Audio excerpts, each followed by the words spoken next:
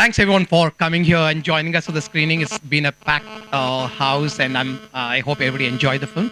Um, for those who came late, my name is Sridhar Rangan. I'm one of the partners of Solaris Pictures, which is the co-organizer along with FD Zone. And there's a 125th screening of FD Zone, so we're really privileged to be kind of co-organizing this particular event. Um, I just want to kind of ask, because basically we'll structure this as an artist talk. So we want to kind of take Harjan through his journey of filmmaking to begin with. So we spend around 10, 15 minutes on that, and then we'll open up the floor to questions of each of the films. All the three films we can kind of talk about. So, Harjan, in fact, most of your films actually deal with issues around masculinity, gender, and sexuality around Punjab and religion.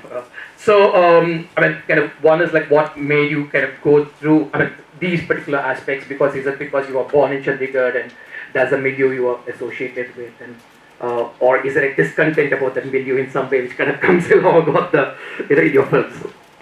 I think you can never get your home out of your system, so you keep coming back to it and keep looking for some part of your identity that you left behind, especially when you migrate under circumstances where, either you're not going to go back for a long time and you sort of lose that connection.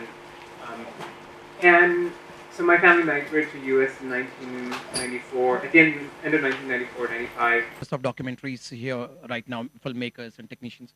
So I just thought, when you made this film, in terms of was there a model in which you want to base these films about? They're kind of anthropological in a certain way.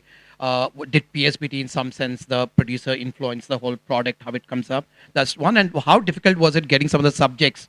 Because they're talking about very difficult and challenging areas of discussion, in a place like Chandigarh, and talking about basically hair issues around hair and turban with Sikh people. How challenging was that? So we kind of talk about this and then open the. Yeah, I'm of the sort of philosophy that you do what you make do with what is available to you. These films were not produced on a very massive budget. Milan Soma was made for like $2,000. PSBT films, they were each made for like 7 lakh rupees, and I think I often lose my lose money on my documentaries. I don't make money, which is the reason why I have my full-time teaching job, because that pays the bills, and then during the summer and the winter break, I get to go and make films. So it's worked out quite nicely.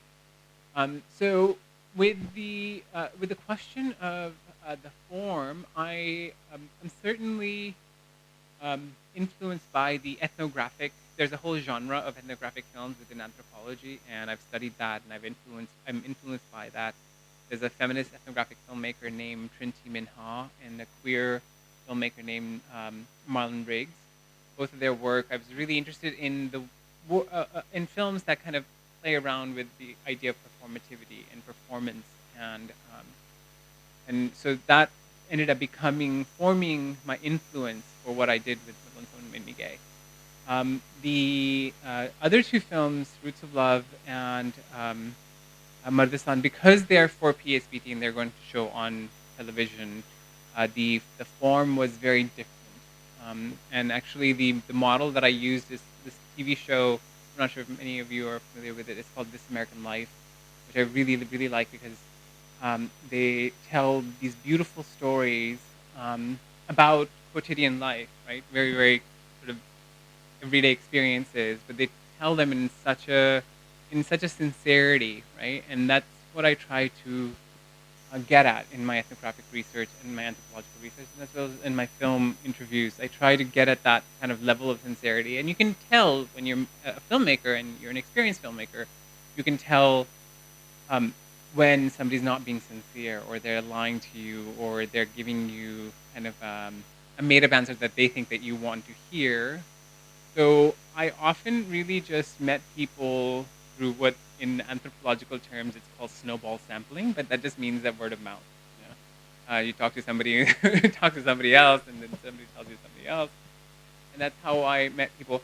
For both of the films, we shot over 8 hours of footage, and thankfully, because of digital technology, it's easy to do that, and then you cut it down. I edit my own films I'm a big believer that in order to be a strong filmmaker, you have to be a good editor and you have to have a strong editing eye.